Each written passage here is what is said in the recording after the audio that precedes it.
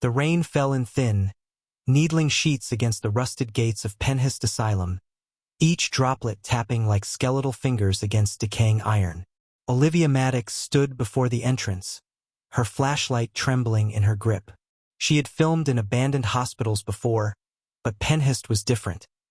Its history carried weight, a heaviness that pressed against her lungs even before she stepped inside. Her camera crew, Mark, the sound engineer, and Talia, the cinematographer, unloaded equipment quietly, as if afraid to disturb something sleeping in the dark. The storm grew louder, and the wind shrieked through broken windows like a warning.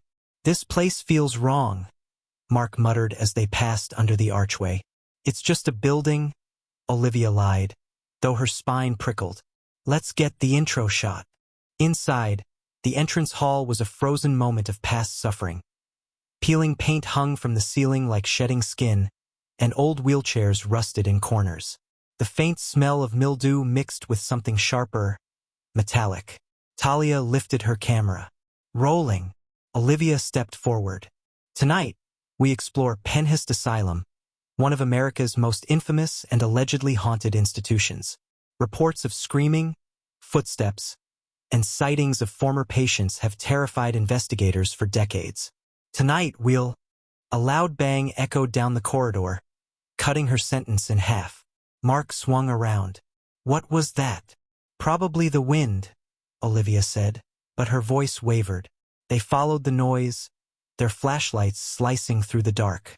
The hallway seemed to stretch longer than it should, swallowing the light, the air, their courage.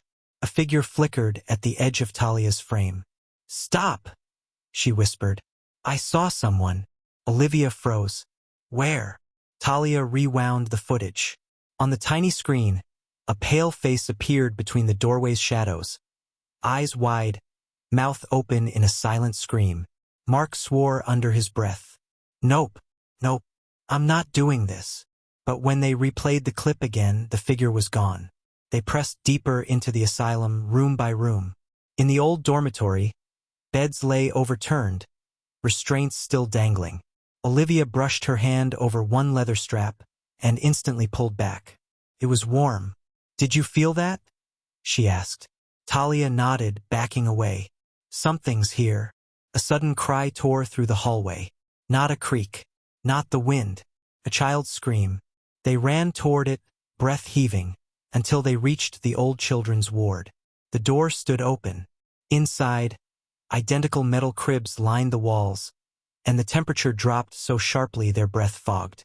Something scuttled under the beds, small, fast.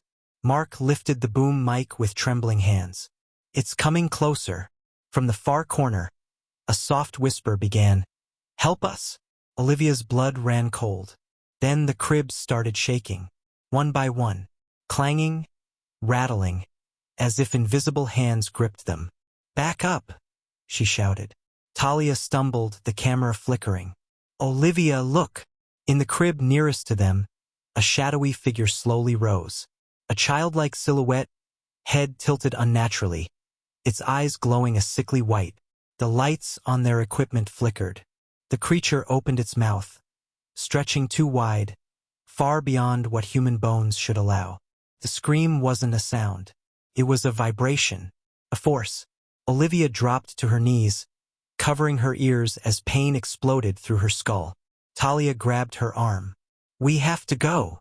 They fled through the twisting corridors, the screams chasing them like echoes with teeth. By the time they burst out into the rain-soaked courtyard, the asylum loomed silently behind them, as if it had never made a sound at all. But Olivia knew what she felt, what she heard, what she saw, and she also knew they had made a mistake, because something had followed them out. Olivia woke to the echo of rain in the hotel's HVAC, a small, useless mimicry of Pennhurst's groan. Her phone's screen glowed with unread messages. "Talia, we have to look again." "Mark, not tonight." She rubbed her eyes until the world blurred into grainy film. The footage haunted her, but not the frames themselves so much as the way the images reached past the lens and touched something inside her chest, like an old bruise with fresh pressure applied. She replayed the clip where the tall man stood behind her in the foyer. Each pass revealed more.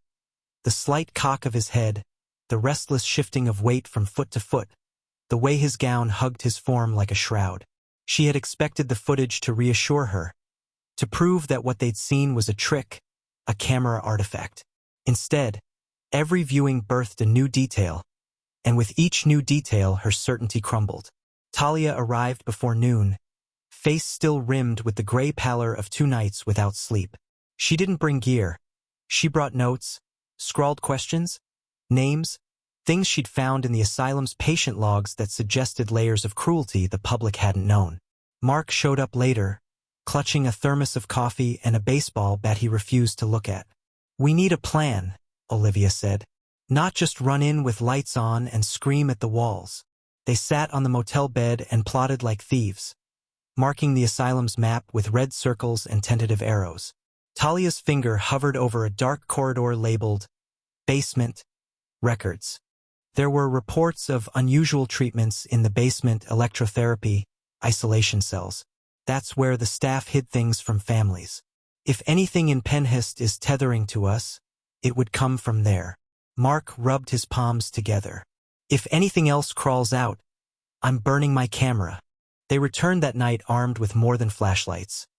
Salt in tin boxes, a crucifix neither believed in but both carried, a digital recorder set to capture EVP, pepper spray, and the uneasy resolve of people who know a mistake should be fixed before it becomes a possession. The asylum's gates had been hauled open by others since their last visit, but the building felt different, as if its entire architecture had tilted slightly, funnels of shadow pooling where there had once been corridors. When they stepped inside, their footsteps were swallowed. The air was thick, as if breathing required negotiation. The children's ward lay at the end of a long hallway that smelled permanently of disinfectant and iron. The cribs sat empty beneath a ceiling of flaking paint. But where their last visit had been chaotic and quick, this time the ward offered a silence heavy enough to press on the eardrums. In that silence, the whisper began. Not phrases at first, but soft, sibilant breaths that moved from crib to crib like wind among corn. "Help us!" It hissed small and hollow. Talia pointed the recorder toward the sound. "We're here.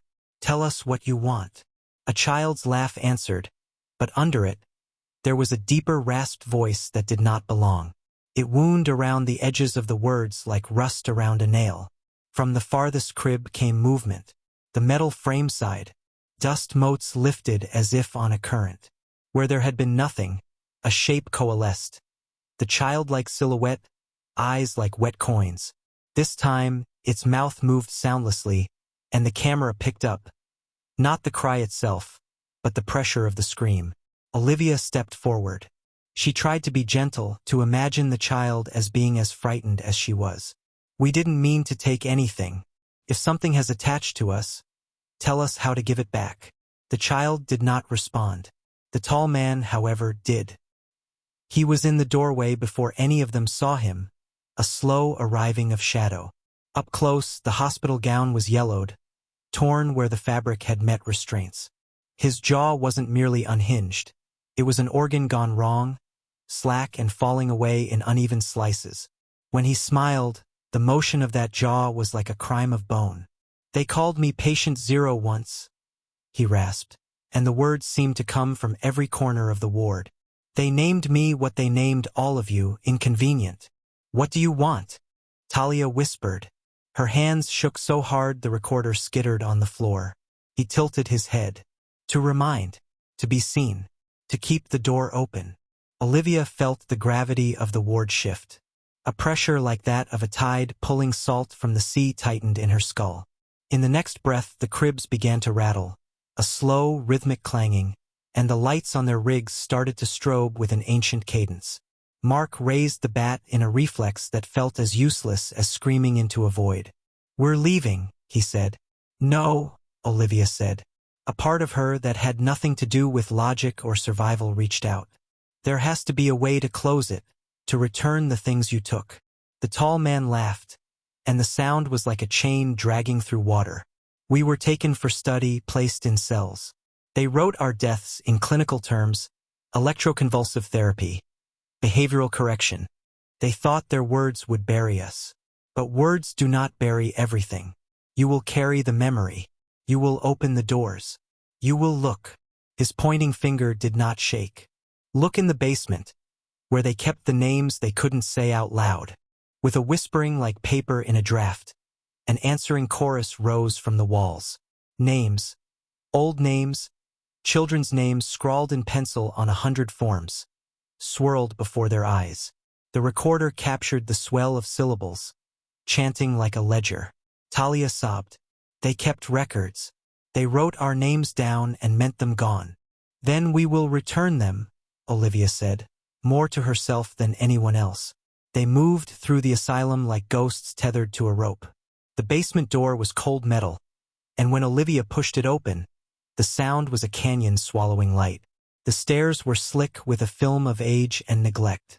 Every step deeper felt like walking through the organs of the building. The records room was a coffin of shelves. Boxes lay like ribs. Papers had been chewed away by time, but here and there, a ledger remained intact. A black book with names stamped in a neat, institutional typeface. The handwriting beneath the type was smaller, faster, each entry folding secrecy into margin notes. Dates converged. Treatments performed without consent. Children transferred under cover of night. Families told their children had been reassigned. The ledger's last entries had thin red marks beside. The shadows in Pennhurst haven't finished whispering. If you want Chapter 3, let the asylum know you're still listening. Subscribe and comment continue, and the next scream will be released.